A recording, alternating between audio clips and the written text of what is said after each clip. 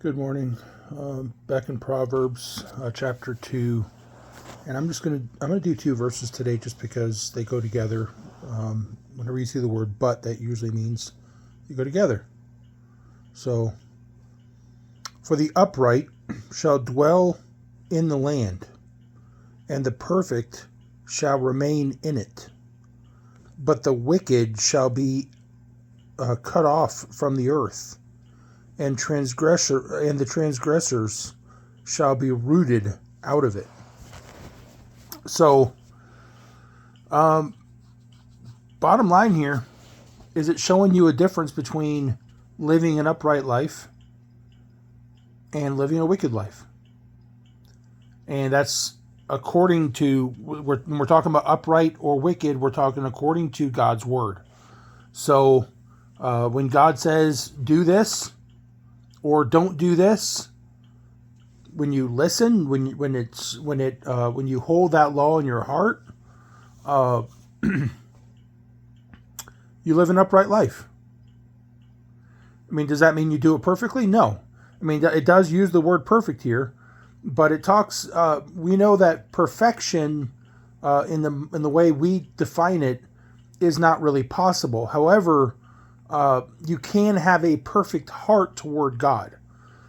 It talks about, I believe it was David who had a perfect heart toward God, where the moment he was told he was wrong, like what happened with Bathsheba, and Nathan came and said, "Thou art the man," and immediately David repented.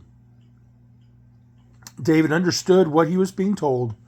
He looked at himself and realized he was in the wrong, and he took accountability for it, and he repented of that. That is living an upright life. That is what it means to be perfect toward God. And there's a promise here that we will get to live in the land. This is obviously, Israel, that meant something a little different to them. But he's telling us basically that he will allow us to dwell. And dwell, I believe, in peace most of the time. I realize there's going to be some times where we're not going to be so peaceful. But he will allow us to dwell. However, the wicked, he says, get cut off from the earth. That sounds a lot like death to me. And the transgressors will be rooted out. That means they're rooted in, by the way, is what that means. But they're going to be rooted out. So what does that mean? That means they're taken out. That means if you're wicked or a transgressor, that means if you are told to do something and you refuse, you say, nope, I'm not going to do that.